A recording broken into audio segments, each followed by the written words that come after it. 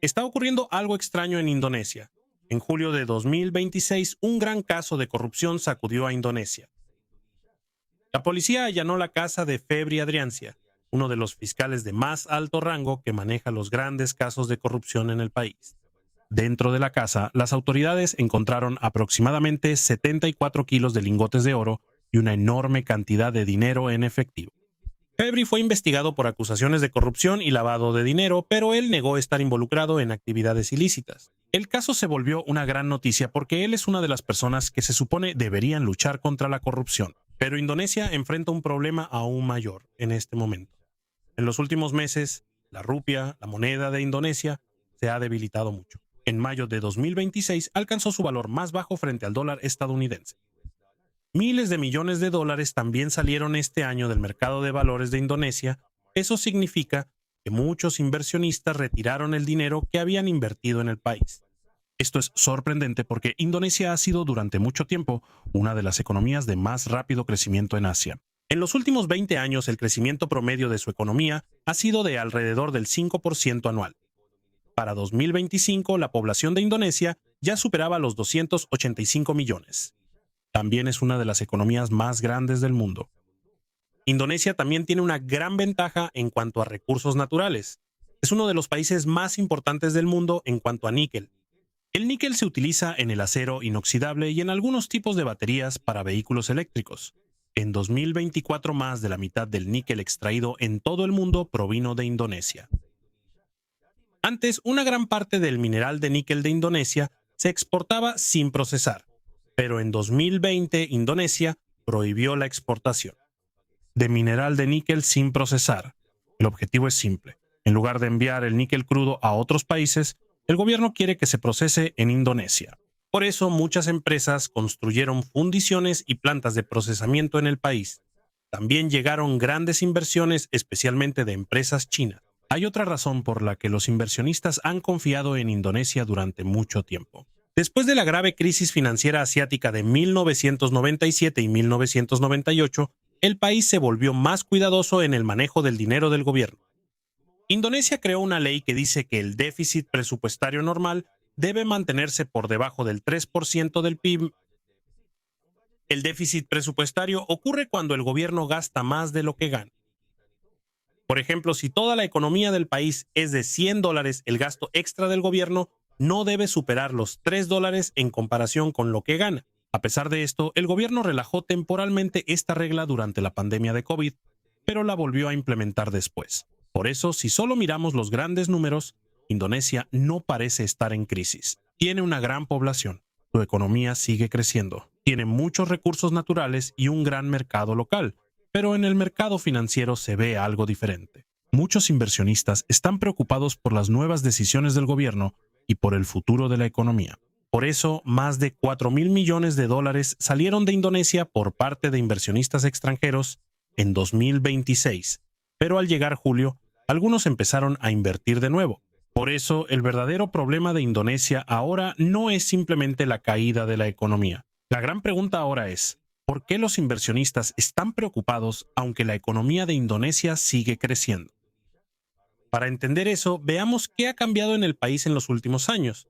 Al entrar en 2026, el problema se volvió más claro. La rupia sigue debilitándose. El 8 de junio, el tipo de cambio llegó a aproximadamente 18.190 rupias por un dólar estadounidense. Este es el valor más bajo de la rupia frente al dólar. Al mismo tiempo, la bolsa de valores de Indonesia también cayó significativamente. Muchos inversionistas extranjeros vendieron sus acciones porque estaban preocupados por las nuevas decisiones del gobierno. Uno de los que dio la advertencia fue MSCI. MSCI es una empresa internacional que elabora una lista de los mercados bursátiles que siguen los grandes fondos de inversión. En enero, MSCI dijo que la información sobre algunas empresas en Indonesia carecía de claridad. También advirtió que Indonesia podría ser colocada en una categoría bursátil inferior si el problema no se soluciona. Si eso sucede, los grandes fondos de inversión podrían reducir el dinero que invierten en Indonesia. Por eso, cuando salió la advertencia, los inversionistas se preocuparon aún más. Después, Moody's hizo lo mismo en febrero. Moody's es una empresa internacional que evalúa qué tan seguro es prestar dinero a un país. cambió su perspectiva sobre Indonesia de estable a negativa. Eso significa que ahora está más preocupado por el futuro de la economía del país. Al llegar marzo, Fitch también dio una advertencia similar. Al igual que Moody's, Fitch también evalúa qué tan seguro es prestar e invertir en un país. Debido a estas advertencias consecutivas, los inversionistas en Indonesia se volvieron más cautelosos. Después de esto, hubo otra nueva política del gobierno que se discutió aún más. En junio, Indonesia creó una nueva ley sobre Danantara. Danantara es un gran fondo de inversión del gobierno. Toma dinero de los inversionistas para usarlo en grandes proyectos y negocios del país. El bono, por otro lado, es como un préstamo. Por ejemplo, le vas a prestar dinero a Danantara ahora. Luego te lo pagará en el futuro junto con una ganancia adicional. El problema fue que algunos que compren este BAT recibieron protección especial. Por eso hubo grupos que se preocuparon de que alguien pudiera usarlo para ocultar dinero proveniente de actividades ilegales. Pero el gobierno dijo que su único objetivo era animar a más personas a invertir dentro de Indonesia. Al mismo tiempo, la rupia también se está debilitando. Por eso, el Banco de Indonesia está usando parte de los dólares que tiene para apoyar la moneda del país. Imagina que es como si Indonesia tuviera un fondo de emergencia. Cuando la rupia se debilita, ellos toman parte de esos ahorros para ayudar, pero mientras los usan, sus reservas también disminuyen. También subieron la tasa de interés para animar más a los inversionistas a no sacar su dinero. En pocas palabras, Indonesia quiere que más dinero se quede dentro del país. Pero el problema es que todavía hay muchos inversionistas preocupados que siguen sacando su dinero. Así que, aunque la economía sigue creciendo, la confianza de algunos en la forma en que el gobierno está manejando las cosas está disminuyendo. Otra pregunta ahora es si el indonesio común realmente siente el crecimiento de la economía. En el primer trimestre de 2026, según los datos oficiales, la economía creció un 5.61%. Este número es fuerte, pero gran parte del crecimiento proviene de un mayor gasto del gobierno y de un mayor gasto de las personas durante el Ramadán. Esto significa que no necesariamente la vida de todos ha mejorado. Esto se puede ver en la clase media. En 2019 eran 57 millones de los indonesios que pertenecen a la clase media. Para 2024 esto bajó a aproximadamente 48 millones. Muchos de los que antes eran clase media vieron disminuir sus ingresos. No son pobres, pero sus ingresos tampoco son suficientes para decir que llevan una vida cómoda. Por eso, uno de los grandes problemas del presidente Prabowo Subianto es cómo aumentar los ingresos y el empleo de la gente común. Otro de sus programas más grandes es la comida gratuita para estudiantes y mujeres embarazadas. Su objetivo es ayudar a la nutrición de la clase media y de millones y millones de indonesios. Pero debido a que el programa es tan grande, también lo son los gastos. Para 2026 se han destinado aquí 100 billones de rupias. Con el tiempo se redujo el presupuesto porque el gobierno también necesita gastar en otras necesidades. El problema no es la comida gratuita en sí. La pregunta es si el gobierno puede proporcionar comida gratuita a más personas sin desperdiciar dinero. El problema empeoró en junio de 2026 cuando arrestaron al exjefe de la Agencia Nacional de Nutrición. A él y a otros 2 exfuncionarios los acusaron de corrupción relacionada con la selección de algunos operadores de cocina y la compra de equipos. El caso sigue en proceso. Hubo otro cambio que los inversionistas observaron de cerca. En septiembre de 2025, el presidente Prabowo reemplazó a la ministra de Finanzas, Sri Mulyani Indrawat. Durante mucho tiempo, muchos inversionistas confiaron en ella porque era cuidadosa con el gasto del dinero del gobierno. Por eso, cuando dejó el cargo, algunos inversionistas se preocuparon de que el gasto del gobierno pudiera aumentar. Fue reemplazada por Purbaya Yudisadewa. La preocupación aumentó aún más cuando Thomas Juandono, quien es sobrino del presidente Prabowo, se convirtió en vicegobernador del Banco de Indonesia. El Banco de Indonesia es el banco central del país, y su trabajo es tomar decisiones importantes sobre el dinero y las tasas de interés. El nombramiento es legal y pasó por el Parlamento. Pero algunos inversionistas se preocuparon de que el gobierno pudiera tener más influencia sobre el Banco Central. Por eso los inversionistas no ven solo un problema. Ven el gran gasto del gobierno, los cambios en funcionarios importantes, casos de corrupción y preguntas sobre cuán independiente es el Banco Central para tomar decisiones. Así que, aunque la economía sigue creciendo según los datos oficiales, la gran pregunta es si la gente y los inversionistas seguirán confiando en la manera en que el gobierno está manejando las cosas. Al principio, muchos negocios se preocuparon porque no estaba claro cuán grande sería el control del DSI. Con el tiempo, Danantara dijo que al principio, el DSI solo supervisaría la venta de productos al extranjero. No tomaría de inmediato todo el trabajo de los exportadores privados. Pero con el tiempo, el papel del DSI crecerá aún más. Para el gobierno, esto ayudará a que más divisas extranjeras permanezcan en Indonesia y asegurará que las empresas declaren correctamente sus ingresos y los impuestos. Pero para algunos negocios e inversionistas esto también significa reglas adicionales. Cuando hay muchas nuevas regulaciones y estas cambian con frecuencia, es más difícil para los negocios planear. Al mismo tiempo, Indonesia también está tratando de atraer nuevos inversionistas extranjeros. En julio de 2026, el Parlamento aprobó una ley para crear centros financieros internacionales. Es como una zona de negocios especial para grandes bancos e inversionistas extranjeros. Es posible que haya uno en Bali. También hay grandes beneficios para los inversionistas que entren. Algunas empresas calificadas pueden no pagar impuesto corporativo hasta por 50 años. También pueden usar moneda extranjera y habrá un método especial para resolver problemas de negocios más rápido. Así que es como si Indonesia estuviera haciendo dos cosas al mismo tiempo. Esto limita más la salida de dinero del país, pero al mismo tiempo ofrece grandes beneficios para atraer nuevo dinero que entre. Pero no todos los inversionistas perdieron la confianza en Tiwagan.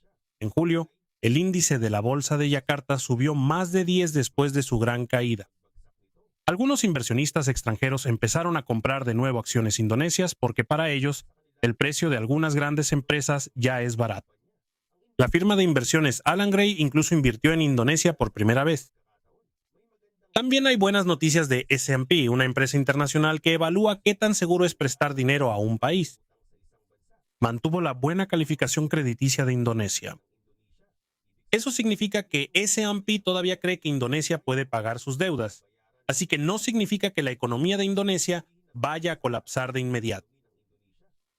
Todavía tiene un gran mercado, muchos recursos naturales y su economía sigue creciendo.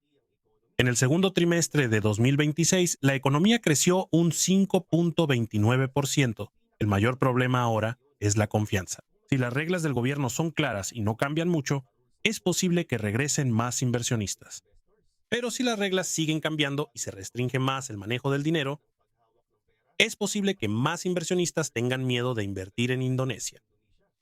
Otra cosa a vigilar es la decisión de MSCI. Le dio a Indonesia hasta noviembre de 2026 para solucionar los problemas en el mercado de valores. Si esto se soluciona, Indonesia podría permanecer en el grupo de mercados emergentes.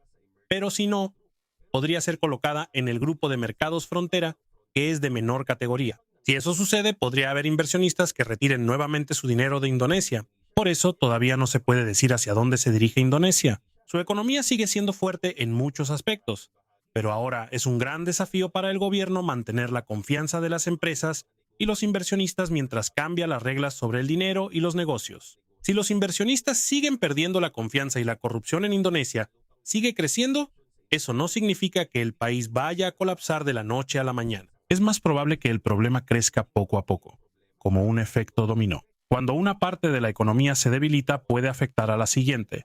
La nueva inversión será la primera en verse afectada. Antes de que una empresa extranjera construya una gran fábrica, primero revisa si las leyes son claras, si su dinero está seguro y si las reglas del gobierno no van a cambiar de repente. Si la empresa ve que hay mucha corrupción o que las políticas cambian constantemente, puede decidir construir mejor en Vietnam, Malasia u otro país. Por ejemplo, había una empresa que planeaba construir una fábrica en Indonesia y contratar a 5,000 trabajadores. Si la empresa se retira, no solo se perderá la inversión, también se perderán 5,000 empleos directos. También perderán oportunidades de negocio los trabajadores de la construcción, conductores de camiones, proveedores, restaurantes y otros negocios locales que podrían haber ganado dinero gracias a la fábrica. Por eso, cuando disminuye la inversión, también puede ralentizarse la creación de nuevos empleos. Esto es importante en Indonesia porque su población es muy grande y cada año muchos jóvenes necesitan conseguir trabajo. Cuando más personas buscan trabajo, pero hay pocas empresas y fábricas nuevas, es más difícil encontrar un buen empleo. También puede ralentizarse el aumento de los salarios. Lo siguiente que podría verse afectado es la rupia. Hay inversionistas que no construyen fábricas.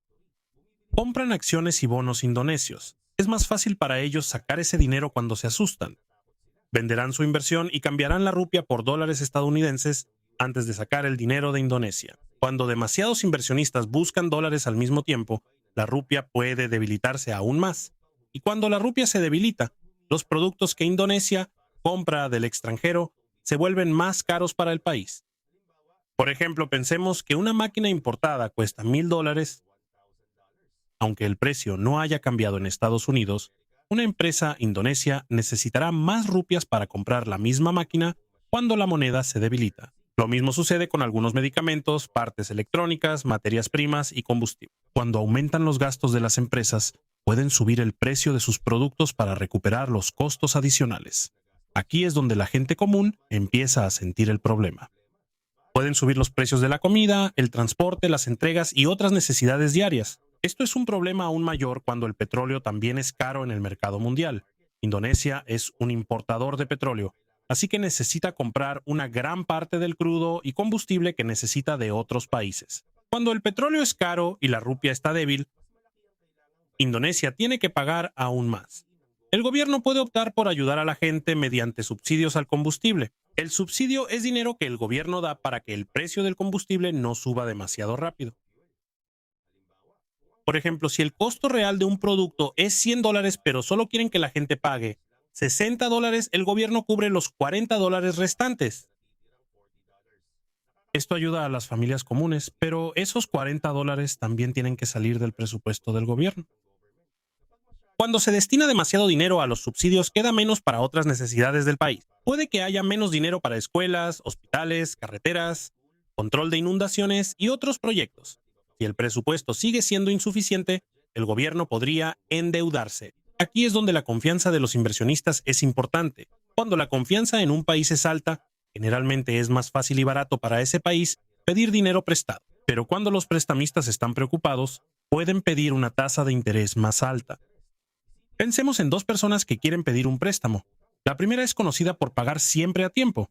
La segunda no está segura de poder pagar. Probablemente le pedirán una tasa de interés más alta a la segunda persona porque el riesgo es mayor. Lo mismo pasa con un país.